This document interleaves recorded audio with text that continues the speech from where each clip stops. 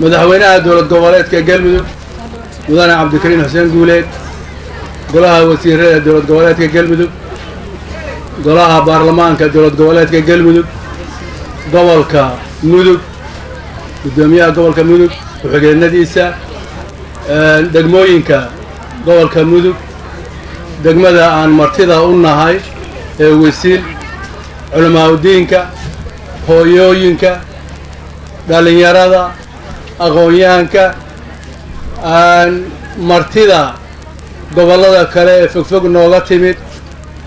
gaar ahaan gabdhaha isku jaran halgamayaasha halkaa fadhiya mudane madaxweyne anoo hadhow ka faalloon doona dhammaantiin assalaamu calaykum waraxmatullaahi wabarakaatu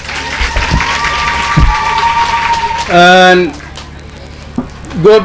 intaa meesha taagan way ka badan yihiin cid walbaa ku jirta arrintaa aan u istaagnay garab iyo gaashaan u ah waxyaboohid ku darsatay inta jecel ee aan hayn laftigooda gobbay ka tirsan yihiin laakiin guddiga gobi 33 xubnood weeye intaanaana ka wakiila xubnihiisa ugu xoogga badan ee taageerayaasha u ah mudane madaxweyne saxaafadda ugu horreysa maalintii barnaamijkan aan bilownay gobolka mudug ka bilownay yaboohii ugu horreeyey saxaafaddaa bixisay xubnaha hadda ka jooga xubnihii ugu horreeyey ee yabooha xooggooda iyo muruqooda iyo maskaxdooda runtii ku taageeray ilaa haddana u taagan ardayda dugsiyada hoose dhexe sare iyo jaamacadda ka mid ah hooyooyinka agoonleyda ah ayaa ka mid ah oo ku darsaday in ay aabbaha ilmahooda ilaahay jannada ku geeyo awgeed ugu sadaqada ula baxay mudane madaxweyne ardayda dugsiyada intay jaalaatadii isku dardarsadeen lacagtii ay ku cuni jireen ee la soo siiyey ayay lacagtii ugu horreysay oo 2,620,000 oo kaydka hadda ku jirta goob documentarigeeda ayay ku yabooheen oo soo ururiyeen tusaale taasi waxay u tahay in ay ku daydaan bulshada inteeda kale ay ku daydaan mudane madaxweyne maalintii la bilaabay iyo maantay ilaa iyo hobyo laga gaarayo gabdhaha dhinacaad fadhiya ee isku jaran magacooda la baxay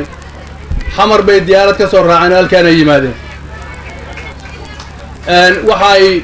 ku yabooheen oo maanta waxay horay u geysteen yabahoodii hore aan ku jirin oo aan markaan bixi doonna insha allahu aan ku sii marsiin doonnaa raashinkii 3 bilood shaqaalaha gob ee hawshan howlwadeennada halkan ka ah ilaa hobyo laga gaarayo 3 bilood ugu horreysay ayaa baabuurka saaran oo ay keeneen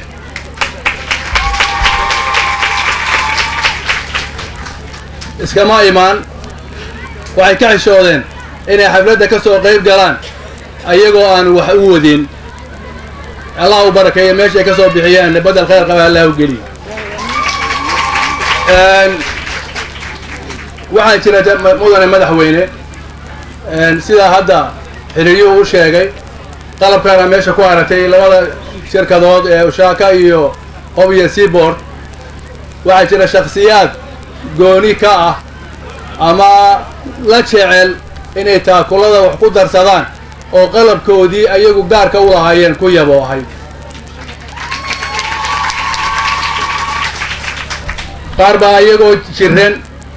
oo howlo badan ay u yaalaan inta ay uga soo safreen waddamo fogfog halkan u yimid hawshaa siday u hergeli lahayd mudane madaxweyne haddaad maahmaayo soomaalidu been ma maahmaadeen run bay sheegtaa hore loo yidhi maahmaayooyinka qaar baa u baahan in wax laga bedelo haddii la yidhi indheergarad ragna waa ku yartahay dumarna kuma jirto arrintaasi been bay noqotay waxaa tusaale u ah gabdhaha hadda kuu sheegaya halkaa fadhiya waxaa tusaale u ah Faaduma Dacaley aan filayo inay meesha fadhido oo Nairobi uga timid ayadoo xanuunsan hawlo uga timid darteed hawshaan inay hirgasho وعاكمدا حليمة حسن inay hawlashaani dhaqaaqdo dadkii u hirgeliyay ee suurtageliyay barka ahaayeen waxaa ka mid ah ruulada halkaa taalla ee la'aanteeda dhulka uusan adkaadeen waxaa nagu tabarucay oo galmudug ugu tabarucay sahal shaanga ajar iyo axsanaad allah ka siiyo dooyad baabuurka saarana arki doonto oo inaan biyaha ku shubano intaa hobyo aan gaarayno asna noogu tabarucay waxaan aad uga xumahay magaca horaan aqaanaa shariif waan jeclaan shariif maxamed gallay ayaa ku tabarucay ilaahay badal khayr qaba miisaanka aakhira ha u kordhiyo hebel iyo hebel jaal madaxweyne ma oran karo yani shakhsiyaadka qofka u soo baxay ee aan qarin kari weynay gabadha faamada calay ninbaa wuxuu u baxshay gob ka tirsan wuxuu yidhi haddii shankaroon la oran jiray gabdhaha anu waxaan leeyahay midaan rakaroon ha la yidhaahdo aad iyo aad bay u qalantaa runtii ayada iyo gabdhaha intay xamar ka soo safreen raashin xamar ka soo qaaday uu keenay wisil ilaa hobyo in lagu gaaro gabdhahaas jaale madaxweyne waxaan jeclaan lahay musawirradooda halkaan in lagu dhejiyo oo dhan sida ragga u arko uguna daydo maanta waa layga celiyey waxaan rabay inaan maryaha gadgaduudan mid halkaas soo dhigto oo idhaahdo qof walba jeelkiisa waxaa ku jira halkaa ku shub jaale madaxweyne hawsha noo taalla hawl sahlan maaha waddada 262 kilomitira howlwadeen baan ka nahay mooyaane aan wax ku wadno ama dhiirigelintooda aan ku shaqaynayno waa bulshada galmudug waa bulshada aad madaxweynaha u tahay waa bulshada aad wasiirada iyo xildhibaanada loo yahay waa bulshada aqoon-yahanka iyo waxgaradka iyo ganacsatada loo yahay waa bulshada waxhaynta loo hayo sadaqada in loola baxo la rabo jaale madaxweyne degmada aan joogno ee wisil waxaan aad uga mahad celinayaa soo dhoweynta wanaagsan martisoorka iyo inta aan joognay sida ay noo qadariyeen oo ay noo maamuuseen oo noo maamuleen jaale madaxweyne iyo jaalayaal ama mudanayaal iyo mudane jaallahan kusoo koray anagu degmada wisil ama gobolka mudug aan idhaahdo degmada hobyo waxaan tagnay qayrqabe waxaana ka yaboosanay 20 kun oo neef oo midkiiba $50 u dhigmo marka laisku dhufto waa 1 milyan oo neef marka lacagta loo bedelay 1 milyan oo doolarka maraykanka noqonaysa lacag noqonaysa isla goobtii waa ree hobyo yiraahdeen diyaar baa la nahay waa kan annaga meelaan geenna weynay waxaan ku hawshii meelaan ku maamus waxaan dib noogu dhiga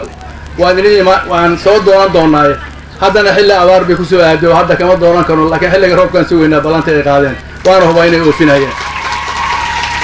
mudane madaxweyne reer wisil waxaan ku niri maadaama marti layn yahay nasiibna aad u yeelateen goobtii inaad noqoto hawsha laga bilaabi lahaa $5 milyan $500 baa idiin dheef nus milyan nasiibkiina ah laga bilaabay meesha laga bilaabay way ku tallaabsadeen wayna runtii bilaabeen hawshoodii ayada ahayd waana degmooyinka la xiriira ayay gaarsiiyeen arrintii degmo walbana waa isku diyaarinaysaa waana hubaa hawsha ayada inay degma usii dhiibi doonto midaan madaxweyne qorshaha cusub ee gob waa akoonka furan ee halkaa ku qoran waa inta kilomitir ay wax walba noqonayaan injineerkan u deynaya ee agteeda jooge hawshiisa u deynaya saa noo sharaxi doona in qof walba uu uga qayb qaato $1 inuusan lama sugin oo doolar wax ma galo uusan oran $1 waxbuu galaa 1,000 shilin waxbuu galaa inuu akoonka lagu soo tuuro lagu shubo taas ayaan wax ku qaban karnaa waxaana rajaynayaa haddii eebba yidhaahdo sida gob hadda u yartahay inaysan u yaraan doonin ay u buurnaan doonto caqli iyo aqoon iyo dhumuc iyo maalba ayna gelin doonto deegaankooda sidaan hore u sheegnay jaale madaxweyne iyo mudanayaal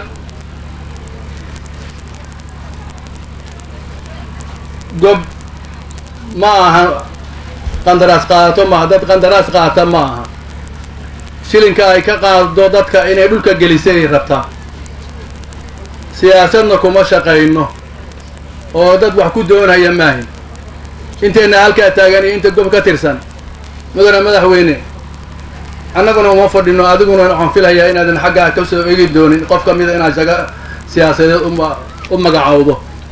laakiin waxaan diyaar u nahay inta noo hartay waxaa laga yaabaa saaxiibo iga dambeeya haddaad gacmaha taag haddaa iraado intii siyaasad rabtaa waxbaa qarsoon marka waxba nooma qarsoono waa ka wada hadalnay hawshaa iyadaa inta hobya gaarayna aan gob buuxda noqonayno inaanan hunguriyeen dhinac inaana aydin waxaa nasiib wanaaga mudane madaxweyne maanta inuu dhinacaaga fadhiyo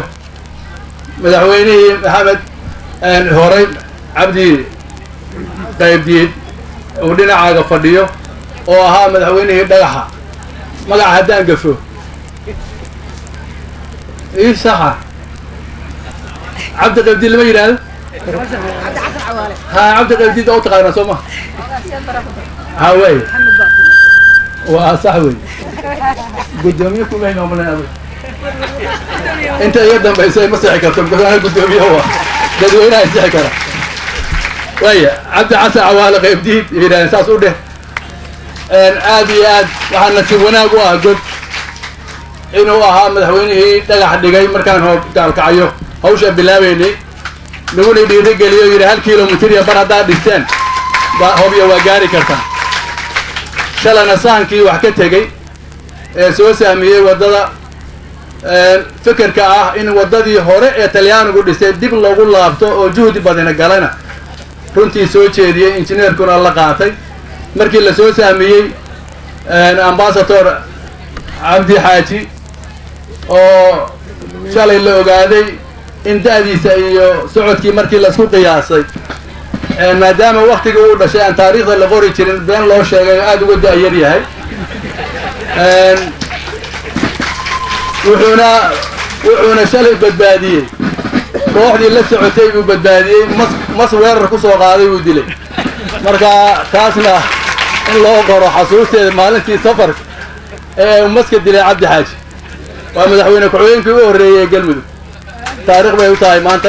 inuu goobta joogo mudane madaxweyne